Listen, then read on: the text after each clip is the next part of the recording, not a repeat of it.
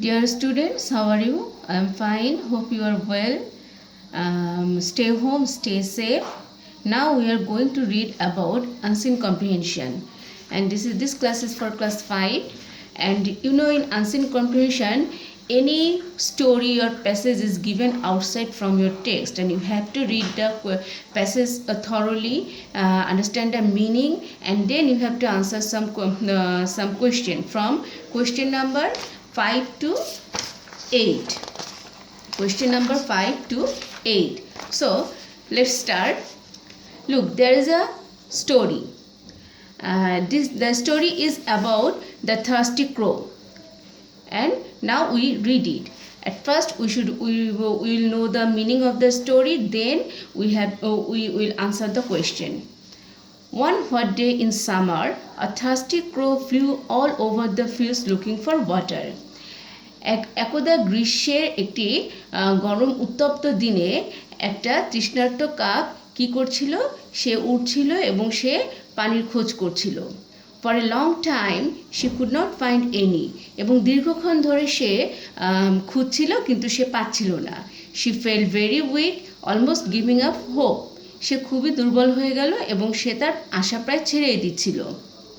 তোমরা যে ওয়ার্ডের মানেগুলো জানো না, অর্থগুলো জানো না, সেগুলো তোমরা লিখে নিও। Suddenly she saw a water jug below her. হঠাৎ করে, সাডেনলি অর্থ হঠাৎ করে, she saw a water jug below her. Below মানে নিচে, তার নিচে সে একটা পানির জগ দেখতে পেল। She flew straight down to see if there was any water inside.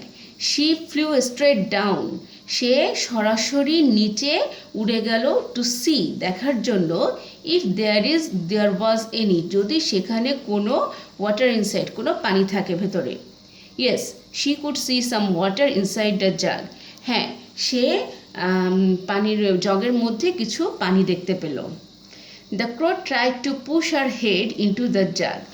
কাকটি চেষ্টা করছিল, পুশ মানে কি? ঠেলা দেওয়া বা ঢোকানো, যেটাকে বলা হয় ধাক্কা দেওয়া। সে তার মাথাটা ওই জগের ভেতরে দেওয়ার চেষ্টা করছিল।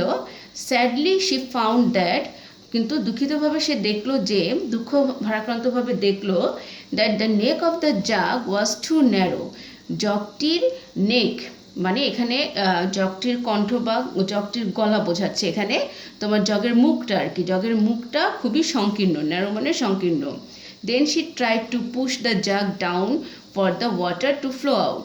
দেন she tried to push the jug, তারপরে সে চেষ্টা করলো জগটিকে নিচে ফেলার, for the water to flow out, যাতে ওই জগটি নিচে পড়ে গেলে পানিটা নিচে গড়িয়ে পড়ে।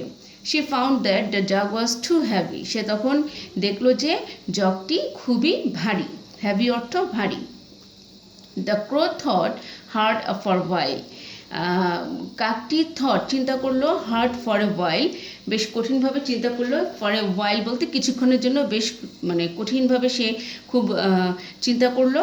দেন looking around her she saw some pebbles, এবং তারপর সে কী করলো, তার চারপাশে দেখলো, শি স সাম পিবলস, কিছু নুড়ি পাথর। পিবল অর্থ নুড়ি পাথর, কিছু নুড়ি পাথর সে দেখতে পেল। সে suddenly had a good idea, হঠাৎ করে তার একটা ভালো বুদ্ধি বা চিন্তা মাথায় আসলো। সে started picking up the pebbles one by one, এবং সে কী করলো, পিকিং আপ মানে তোলা।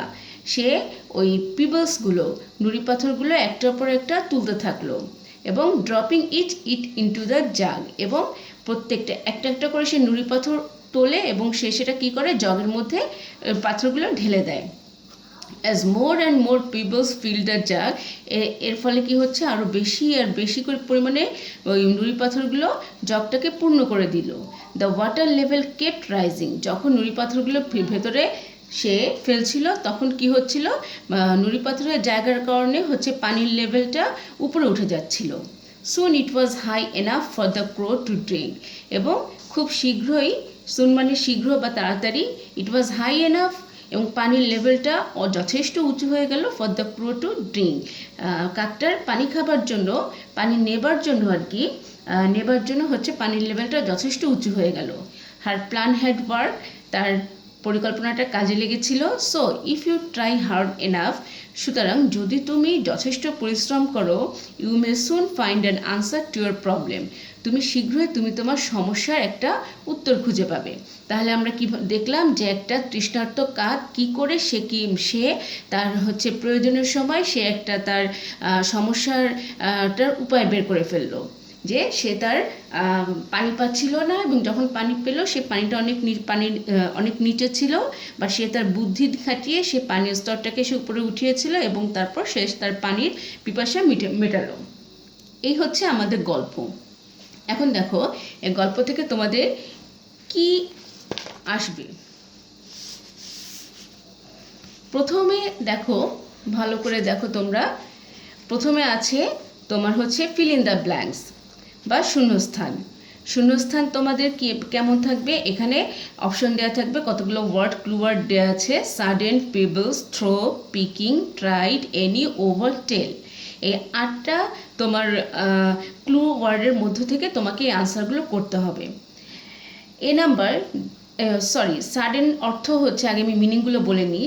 সাডেন অর্থ হঠাৎ, পেবল মানে নুড়ি পাথর, থ্রো মানে ছুঁড়ে ফেলা বা নিক্ষেপ করা, পিকিং মানে তোলা, ট্রাইড চেষ্টা করেছিল, এনি যে কোনো, ওভার উপরে, টেল বলা। The thirsty crow flew all dash the fields looking for water. তাহলে তৃষ্ণার্ত কাকটি উড়ছিল অল এই সমস্ত কি, the fields looking for water, মাঠের উপর দিয়ে সে পানি খুঁজছিল। তাই আমরা গল্পে পড়েছি যে সে মাঠের উপর দিয়ে সে উঠছিল পানির জন্য। এই যে one hot day in summer a thirsty crow flew all over the fields looking for water. তাহলে তুমি এখানে কোনটা বসবে, ওভার বসবে, যেহেতু আমি প্যাসেজের লাইনের মধ্যে ওভার শব্দটা এখানে আছে এবং ওভার অর্থ উপরে। এরপর B number, for a long time she could not find dash water. দীর্ঘ সময় ধরে সে খুঁজে পেল না ড্যাশ ওয়াটার, সে কোনো পানি খুঁজে পাচ্ছিল না। তাহলে এখানে হবে এনি ওয়াটার, এনি অর্থ যে কোনো। C number, she saw a water jug below her all on a dash. সে দেখলো একটা ওয়াটার জাগ, পানির জগ, বিলো হার তার নিচে, অল অনে কি, হঠাৎ করে সে তার নিচে একটা পানির জগ দেখতে পেয়েছিল, আমরা প্যাসেজে দেখেছিলাম। এ দেখো, suddenly she saw a water jug below her. তাহলে এখানে কি হবে, সাডেন, এখানে আমার সাডেন ওয়ার্ডটা আছে। তাহলে she saw a water jug below her all on a sudden. D number, the crow dash to push her head into the jug.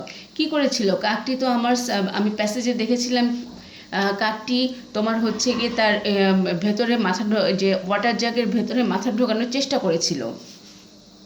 তাহলে সেটাই, the crow dash to push her head into the jug. সে তার মাথাটা জগের মধ্যে ঢোকানোর কি করেছিল, চেষ্টা করেছিল। এখানে ট্রাইড কথাটা আছে, ট্রাইড মানে চেষ্টা করা।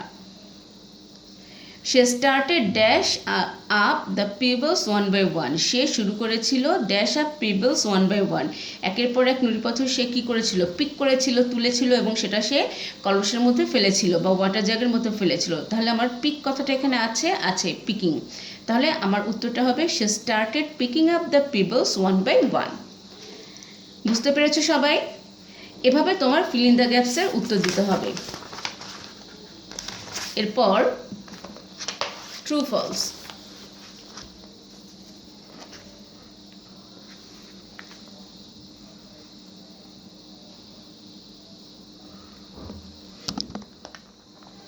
ট্রু ফলসের ক্ষেত্রে তোমার যে স্টেটমেন্টটা দেয়া আছে, তোমাকে তোমার প্যাসেজের সাথে সে স্টেটমেন্টটা সত্য হলে, যদি ঠিক হয়, মিলে যায়, তাহলে সেটা সত্য, আর যদি ঠিক না হয় তাহলে সেটা মিথ্যা। দেখো, summer is a hot season, প্রথমটা দেয়া আছে summer is a hot season. এটা কি সত্য না মিথ্যা?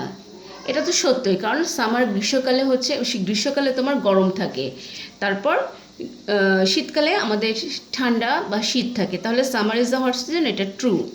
এরপরে the crow felt weak moving here and there. কাকটি এখানে সেখানে ঘুরে বেরিয়ে সে দুর্বল হয়ে পড়েছিল। হ্যাঁ, আমরা গল্পে পড়েছি দুর্বল হয়ে পড়ে এবং সে তার আশা ছেড়ে দিয়েছিল। তাহলে এটি true. C number, there was no water in the jug, জাগে কোনো পানি ছিল না। Is it true?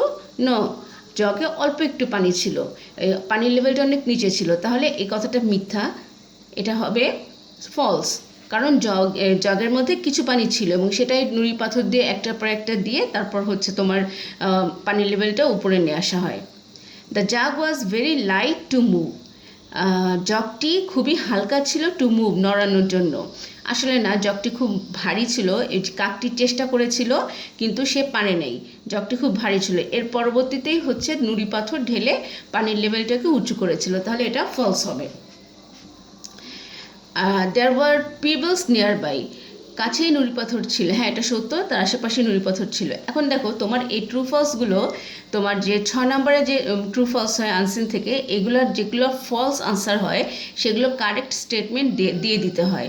তাহলে আমার এখানে ফলস ছিল কোনটা? There was no water in the jug, এটা বলেছিলাম আমি ফলস, তাহলে এর সাথে সাথে কারেকশন বা কারেক্ট সেন্টেন্সটা লিখে দিতে হবে। তাহলে লিখতে হবে দেয়ার, এটা ফলস লিখে তারপর there was a little water in the jug, এটা লিখতে হবে।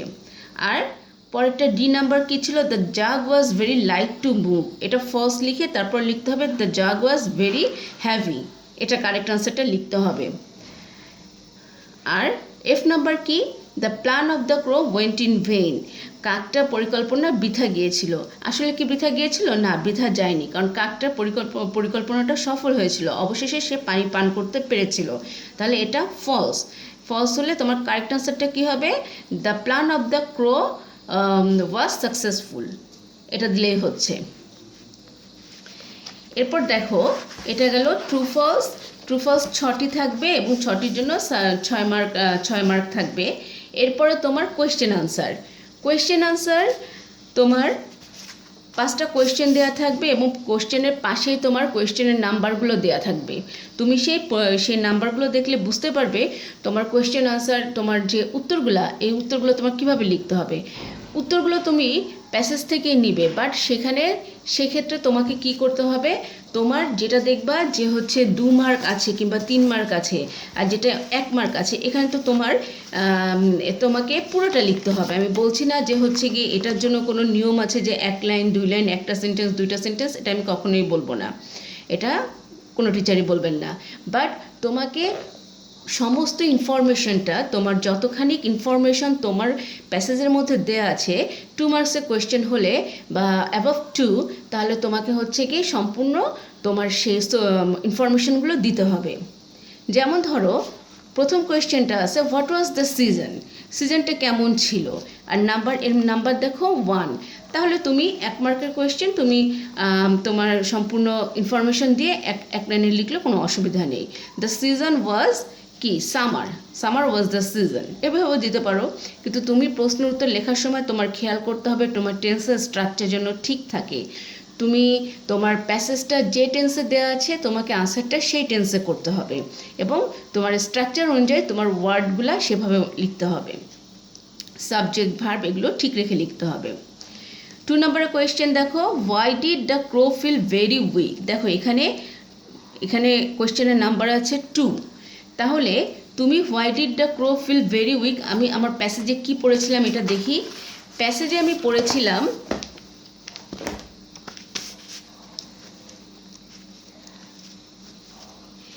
One hot day in summer, a thirsty crow flew all over the fields looking for water. For a long time she could not find any. She felt very weak, almost giving up hope. তার মানে এখানে আমার এখানে বলেছে, প্যাসেজে বলেছে যে সে অনেকক্ষণ ধরে একটা তৃষ্ণার্ত কাক, সে হচ্ছে গিয়ে পানি খোঁজ করছিল এবং দীর্ঘক্ষণ ধরে সে খুঁজছিল কিন্তু পাচ্ছিল না, এই জন্য সে খুব দুর্বল হয়েছিল এবং তার আশা প্রায় ছেড়ে দিয়েছিল। তাহলে আমার কোয়েশ্চেন কি আছে? কোয়েশ্চেনে আছে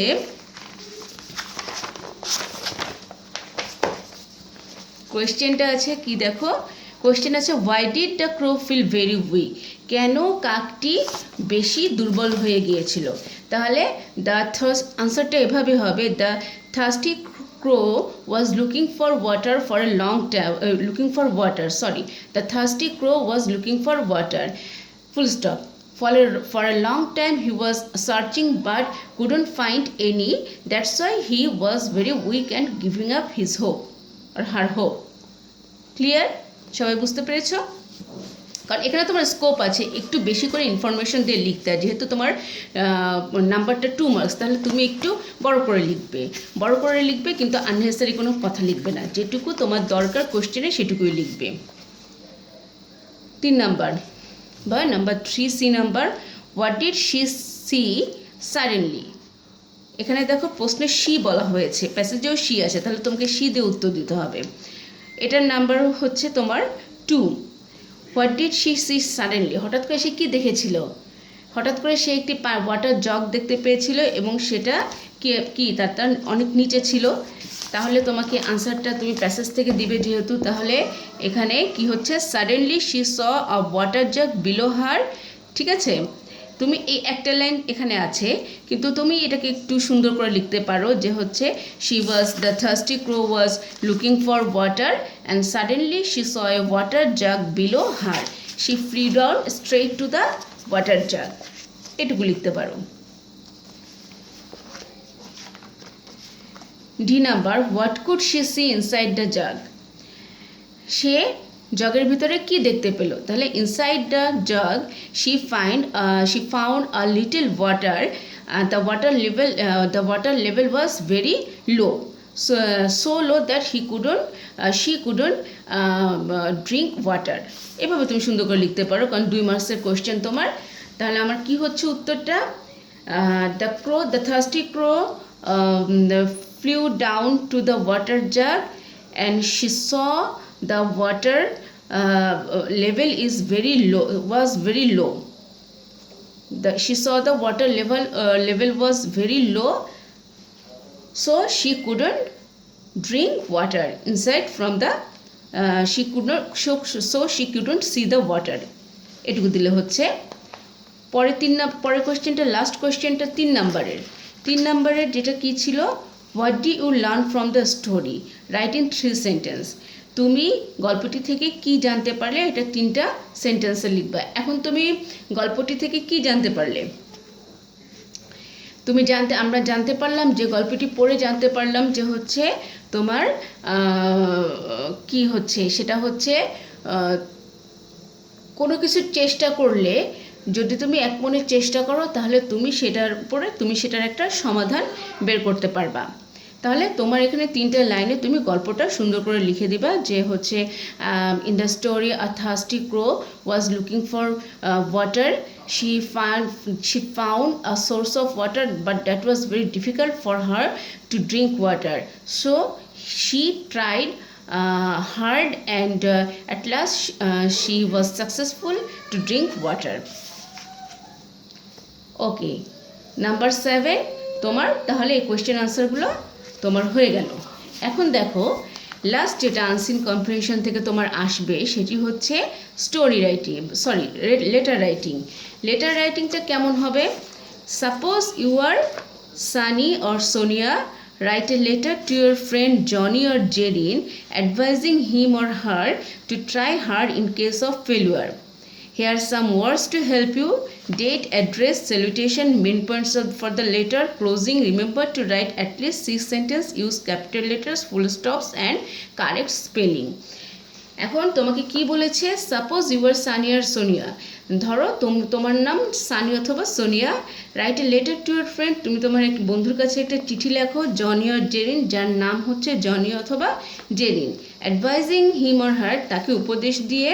two try hard in case of failure, ব্যর্থতার ক্ষেত্রে কঠিন পরিশ্রম করতে।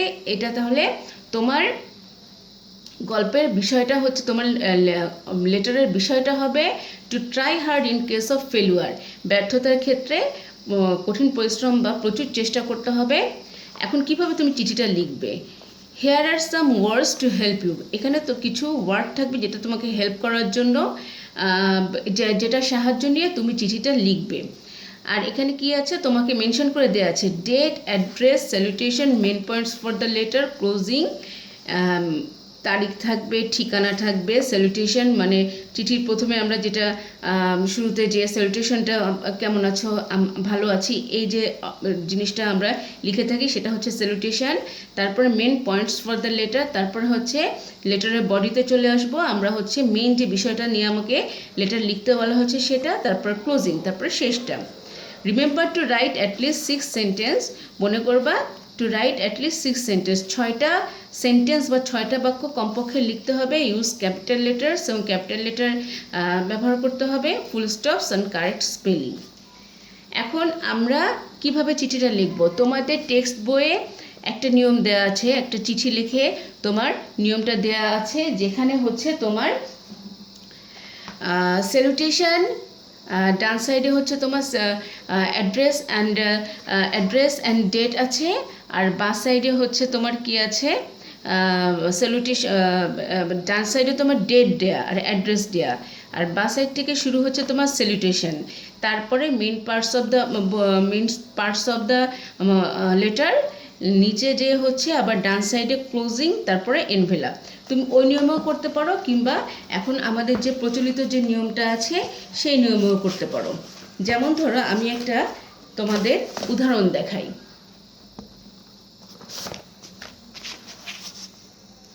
এ দেখো, প্রথমে কি আছে তোমার, Rafiq mansion 30 station road, Kushtia, 26 মে 26 মে 2020। এই যে তোমার অ্যাড্রেস আছে, তোমার হচ্ছে তারপরে ডেট দেওয়া আছে। এখন এক্ষেত্রে তোমার প্রশ্নে কি বলা হয়েছে, প্রশ্নের ডেটটা আগে দেওয়া আছে। এই দেখো তোমার প্রশ্নে কি আছে, ডেটটা আগে দেওয়া আছে। প্রথমে কি আছে, ডেট, তারপরে আছে অ্যাড্রেস। তাহলে তুমি এখানে প্রথমে লিখবে ডেট তুমি যেদিন চিঠিটা লিখবে তুমি সেই দিনের ডেটটাই দিবে। তারপরে তুমি তোমার অ্যাড্রেস, তুমি যেখান থেকে তুমি যে জেলায় আছো সেই জেলার অ্যাড্রেসটা দিবে। তুমি ময়মনসিংহের থেকে পরীক্ষা দিলে তুমি ময়মনসিংহের অ্যাড্রেসটা দিবে। তারপরে কি হচ্ছে, স্যালুটেশন বলতে ডিয়ার তোমার ফ্রেন্ডের নাম দিতে হবে। এখন তোমার ফ্রেন্ডের নাম প্রশ্নে কি দেওয়া আছে, তোমার ফ্রেন্ডের নাম প্রশ্নে দেওয়া আছে, সাপোজ ইউ আর সানি আর সোনিয়া, তোমার নাম সানি অথবা সোনিয়া, আর তোমার ফ্রেন্ডের নাম হচ্ছে জনি অথবা জেরিন। তাহলে তুমি যে কোনো একটা নাম লিখবে। তুমি ছেলে হলে লিখবা জনি, আর তুমি মেয়ে হলে লিখবা জেরিন। Deer Johnny. তারপরে যে স্যালুটেশনের যে ব্যাপারগুলো থাকে, যে আশা করি কেমন আছো, ভালো আছো, আশা করি তুমি আমার গতকাল তোমার চিঠি পেয়েছি, তুমি তোমার চিঠিতে এটা জানতে চেয়েছো, তারপর তুমি তোমার চিঠিটা শুরু করবে। তাহলে এই লাইনগুলো তোমার মুখস্থ রাখলেও চলবে। যেমন ধরো, হোপ ইউ আর ওয়েল, তারপর হচ্ছে and hearty, your letter is just to hand, আমার আশা করি যে তুমি ভালো আছো, তোমার letter is just to hand, তোমার চিঠিটি এইমাত্র আমার হাতে এসে পৌঁছেছে। তারপরে তুমি এখানে লিখতে পারো, in your letter you wanted to know about something, কিংবা in your letter you wanted to know how to, এই যে আমাদের টপিকসটা কী আছে, how to try hard in case of failure. এটা তোমার, কারণ তোমাকে তো বিষয়বস্তুটা লিখতে হবে তোমার প্রশ্নে যেটা দিয়ে দেওয়া আছে। তোমার প্রশ্নে দিয়ে দেওয়া আছে যে advising him or her to try hard in case of failure. এটা তোমার প্রশ্নের বিষয়বস্তু, চিঠির বিষয়বস্তু যে দেওয়া আছে। তাহলে তুমি স্যালুটেশনের পর্বের মধ্যেই how are you, I am well by the grace of Allah, তারপর I have got your letter just now, কিংবা I received your letter yesterday, in your letter you wanted to know about দিয়ে তারপরে তোমার বিষয়বস্তু। তাহলে এখানে in your letter you wanted to know about how to try hard in case of failure. তারপরে now I am writing about it. এই যে প্রথম প্যারাটা এগুলো দিয়ে থাকবে। তার